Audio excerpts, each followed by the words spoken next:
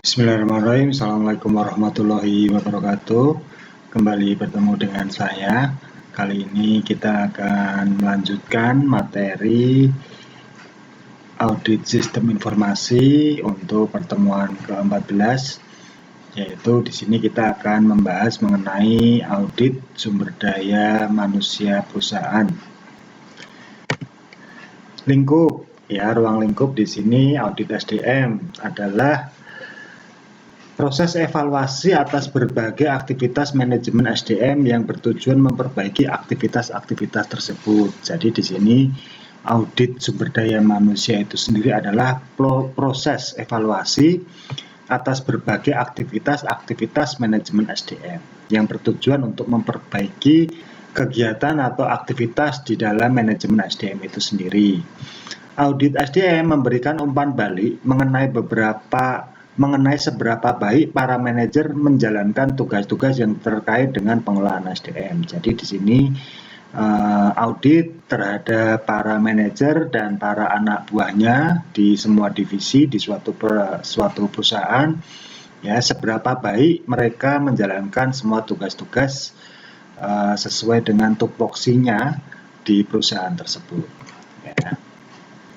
Audit SDM merupakan kontrol kualitas secara menyeluruh atas berbagai aktivitas pengolahan SDM dalam perusahaan dan bagaimana aktivitas-aktivitas tersebut mendukung strategi perusahaan. Nah, di sini ada cakupan audit sumber daya manusia. Yang pertama ada audit strategi perusahaan, lalu fungsi SDM itu sendiri, lalu kepatuhan manajerial, lalu kepuasan karyawan. Strategi perusahaan ini adalah awal bagaimana para SDM ini melakukan strategi bagaimana perusahaan ini bisa berkembang, bisa kompetitif, bisa dikenal masyarakat produk-produknya sehingga bisa menghasilkan keuntungan yang besar untuk perusahaan. Lalu setelah strategi ini bagaimana SDM ini menjalankan, nah itu dikontrol di fungsi SDM Lalu kepatuhan manajerial ini seberapa tingkat kepatuhan kedisiplinan para karyawan atau para buruh kepada pimpinan masing-masing di unit masing-masing. Yang terakhir kepuasan karyawan, nah ini hubungannya dengan gaji, dengan bonus, lalu THR sudah sesuai dengan undang-undang atau belum, lalu ada izin cuti hamil, cuti melahirkan, lalu izin sakit, sampai ke karyawan purna mendapatkan pesangon atau tidak sesuai dengan undang-undang atau tidak dan seterusnya. Manfaat di sini manfaat audit SDM yang pertama mengidentifikasi kontribusi Departemen SDM bagi organisasi. Nah, Departemen SDM ini kalau di perusahaan itu biasanya HRD atau personalia yang mengurusi masalah manajemen SDM di perusahaan. Meningkatkan citra profesional Departemen SDM. Nah, ini personalia dikontrol kinerjanya agar tidak menurun, agar selalu bagus di mata stakeholder maupun internal dari perusahaan itu sendiri. Mendorong tanggung jawab dan profesionalisme yang tinggi di kalangan karyawan Departemen SDM. Nah, jadi di sini para karyawan yang ada di personalia itu didorong tanggung jawabnya dan profesionalismenya agar kinerjanya bisa meningkat Memperjelas tugas dan tanggung jawab Departemen SDM. Nah, ini tugas dan tanggung jawab personalia.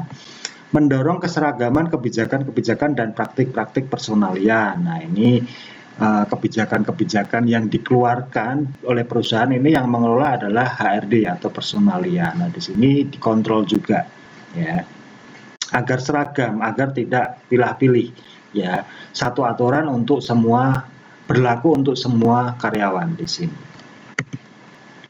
Menemukan masalah-masalah personalia yang penting. Oke, jadi ada temuan apa nanti, kira-kira personalianya butuh pengembangan apa memastikan kepatuhan yang tinggi terhadap persyaratan. Oke, mengurangi biaya-biaya SDM melalui prosedur personalia yang lebih efektif. Nah, ini efisiensi jadi biaya operasional SDM sebisa mungkin diminimalkan agar kinerja bisa lebih efektif. menciptakan penerimaan yang lebih besar akan perubahan-perubahan yang diperlakukan dalam Departemen SDM. Nah, ini perubahan-perubahan aturan ya untuk menuju ke efisiensi ini tadi. Memberikan tinjauan yang sesama atas sistem informasi Departemen SDM. Nah, ini semuanya dilakukan menggunakan sistem ya, absensi karyawan, lalu lembur karyawan, penggajian karyawan. Nah, di sini ditinjau dengan seksama atas sistem yang digunakan oleh personalia. Audit strategi perusahaan. Nah, di sini strategi perusahaan berkaitan dengan perusahaan menciptakan keunggulan bersaing. Nah, di sini dikontrol ya, bagaimana perusahaan ini biar menjadi lebih kompetitif, menghasilkan produk-produk yang siap bersaing dengan perusahaan lain. Memahami strategi perusahaan sangat penting bagi manajemen SDM. Nah, ini personalia karena MSDM itu manajemen SDM bisa dikatakan efektif hanya jika mampu berkontribusi bagi tercapainya sasaran strategik perusahaan. Jadi perputaran kinerja itu pusatnya di personalia ya, aturan-aturan perusahaan, hubungannya dengan karyawan, hubungannya dengan sumber daya manusia, kesejahteraannya, izin-izinnya dan lain-lain itu yang mengontrol semuanya di MSDM. Jadi di sini agar dikatakan efektif dan mampu berkontribusi bagi tercapainya sasaran strategik perusahaan. Para karyawan Departemen SDM bisa mempelajari strategi perusahaan lewat wawancara dengan para eksekutif kunci. Nah, di sini komunikasi antara personalia dengan para pimpinan, direktur atau yang punya perusahaan. Mempelajari rencana bisnis jangka panjang, nah ini rencana bisnis perusahaan mau diarahkan kemana, dan melakukan peninjauan lingkungan secara sistematis guna mengungkap tren-tren yang berubah. Nah, ini untuk mengikuti perkembangan zaman. Kira-kira produk perusahaan apa saja yang diminati oleh masyarakat. Departemen SDM harus mengaudit fungsinya, kepatuhan manajerial dan penerimaan para karyawan atas kebijakan dan praktik SDM dalam kaitannya dengan rencana strategik perusahaan. Nah, ini hubungannya dengan rekrutmen karyawan, ini dicari orang-orang yang pas sesuai dengan kompetensinya untuk pengembangan strategik perusahaan ya. Di sini maksudnya kepatuhan manajerial itu orang-orang yang sesuai dengan bidang yang dibutuhkan oleh perusahaan. Next. Audit fungsi SDM merupakan penilaian atas berbagai fungsi yang dijalankan Departemen SDM. Untuk setiap aktivitas SDM yang dinilai, tim audit perlu melakukan hal-hal sebagai berikut. Yang pertama, mengidentifikasi siapa yang bertanggung jawab. Nah, ini biasanya para manajer, lalu menentukan tujuannya apa, meninjau kebijakan dan prosedur untuk mencapai tujuan, oke, mengambil sampel arsip sistem informasi SDM untuk dinilai. Di sini dikontrol apakah kebijakan prosedur diikuti dengan benar, oke, mempersiapkan laporan-laporan yang dibutuhkan oleh para pimpinan, mengembangkan rencana tindakan untuk memperbaiki kesalahan. Nah, itu dari laporan ini ya. Menindaklanjuti rencana tindakan untuk melihat apakah permasalahan belum terselesaikan. Nah, ini kontrol lagi ya, apakah masalah sudah teratasi atau belum dari tindakan untuk memperbaiki kesalahan di sini. Berbagai area dalam audit SDM. Nah, di sini areanya ya untuk informasi analis jabatan. Nah, ini ada standar jabatan, deskripsi jabatan dan lain-lain. Rencana SDM, di sini ada estimasi permintaan dan penawaran, inventory keahlian dan lain-lain. Lalu ada administrasi kompetensi, ada tingkat gaji, upah, insentif. Nah, ini hubungannya dengan kompensasi ke karyawan ya, paket tunjangan, layanan perusahaan bagi karyawan, ada fasilitas apa misalnya kesehatan, tunjangan hari raya, lalu tunjangan akhir tahun dan lain-lain. Nah, bagian rekrutmen, di sini ada sumber rekrutmennya dari mana, terus calon karyawannya ini yang melamar berapa orang, lamaran kerja yang masuk ini berapa ratus atau berapa ribu misal. Lalu di sini ada rasio seleksi itu antara jumlah pelamar dengan yang diterima, yaitu berapa banding berapa. Kalau 1 banding 1 berarti kurang selektif. Yang diterima 1, yang melamar 2, nah itu kurang selektif ya. Kalau perusahaan sekelas Jarum gitu, misal dia rekrut biasanya yang melamar itu ribuan ya, sedangkan yang diterima 1 atau 2. UMK aja kalau buka lowongan staff itu yang melamar bisa sampai 500 orang. Sedangkan yang dibutuhkan paling 2 atau 3. Nah, itu rasio seleksi di sini ya. Ada prosedur dan lain-lain. Next. Lalu ada penyediaan dan pengembangan karyawan. Nah, di sini hubungannya dengan karir ya, karyawan di perusahaan. Di sini ada pelatihan dan orientasi. Jadi karyawan ini dilatih agar sesuai dengan kompetensi. Nah, setelah karyawan itu mahir, lalu di sini ada pengembangan karir ya, keberhasilan penempatan internal, program perencanaan karir dan pengembangan SDM. Nah, di sini perusahaan itu harus ada ya, jadi karir perusahaan itu harus karir karyawan itu harus jelas di perusahaan ya, ada peningkatan gaji, peningkatan pendapatan dan lain-lain. Penilaian kinerja, nah di sini kinerja perusahaan dikontrol, lalu yang ini hubungan karyawan dengan manajemen, nah ini kepatuhan hukum, hak manajemen dan penyelesaian perselisihan, misal ada perselisihan antar karyawan ya. Kontrol SDM, di sini ada komunikasi karyawan dan lain-lain. Lalu audit SDM, di sini ada fungsinya, fungsi SDM, manajer operasi, dan umpan balik atau feedback dari karyawan itu sendiri. Tingkat kepuasan ini. Next, audit kepatuhan manajerial. Nah, di sini menilai sejauh mana kepatuhan para manajer dalam melaksanakan berbagai kebijakan dan prosedur SDM. Jadi kepatuhan para manajer dikontrol di sini ya dalam melaksanakan berbagai kebijakan. Audit ini juga bisa memperbaiki citra dan kontribusi Departemen SDM. Oke.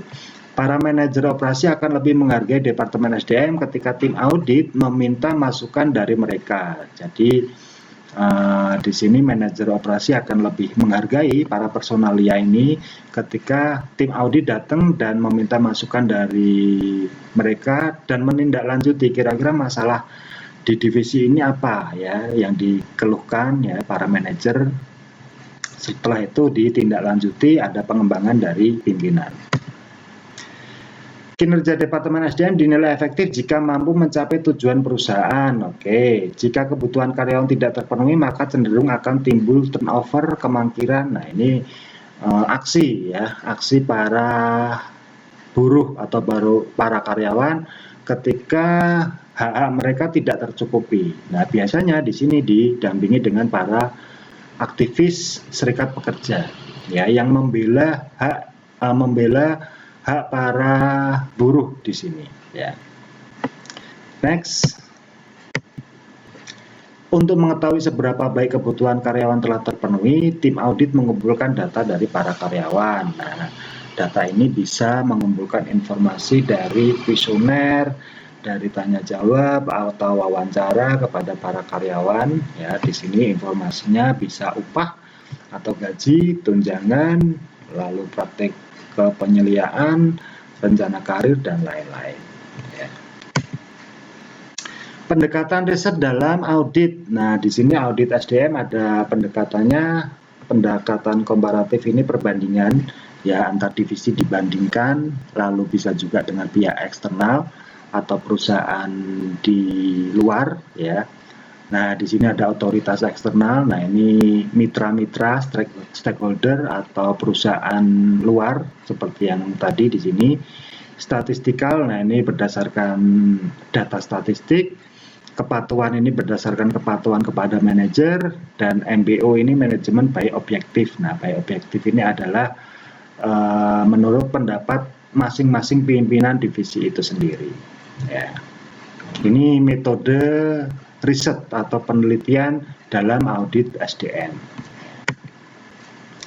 Di sini ada metode riset wawancara ya. Wawancara ini bisa wawancara langsung kepada karyawan atau kepada manajer, lalu dilakukan survei juga, lalu analisis historis kinerja ini biasanya dari log system, log absensi ya. Informasi eksternal, nah ini dari stakeholder luar ya, luar perusahaan.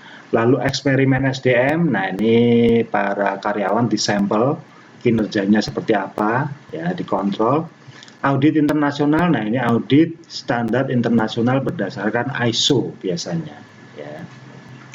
Next.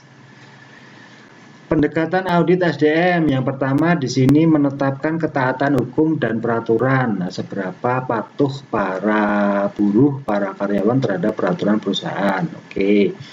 Mengukur kesesuaian program dan tujuan. Oke, menilai performa program. Jadi poin 2 ini kesesuaian program untuk mendukung strategik perusahaan, ya. Dan di sini poin 3, performanya gimana?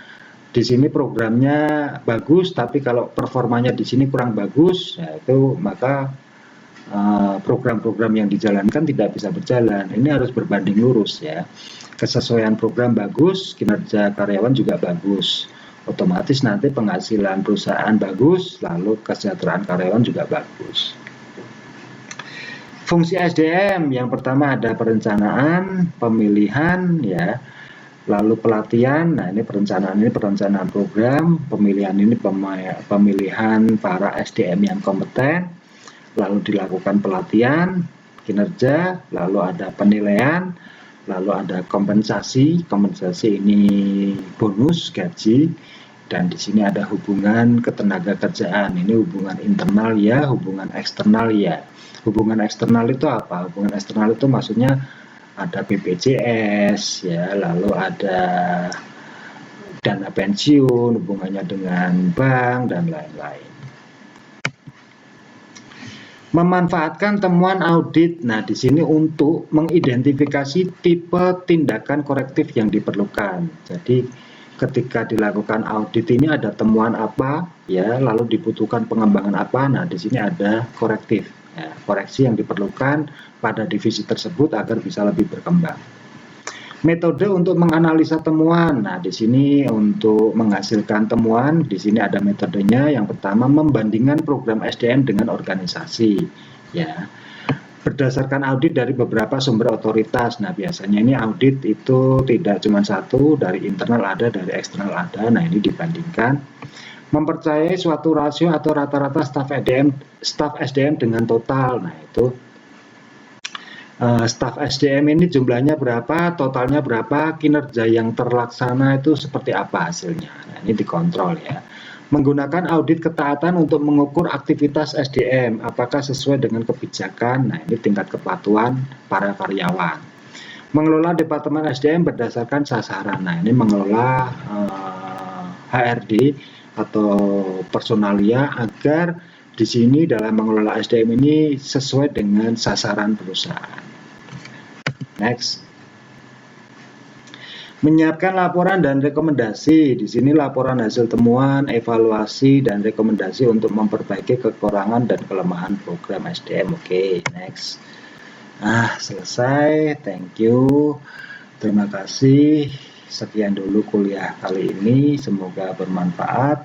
Kalau ada pertanyaan silahkan kita diskusi atau mari kita diskusi di grup WA, ya.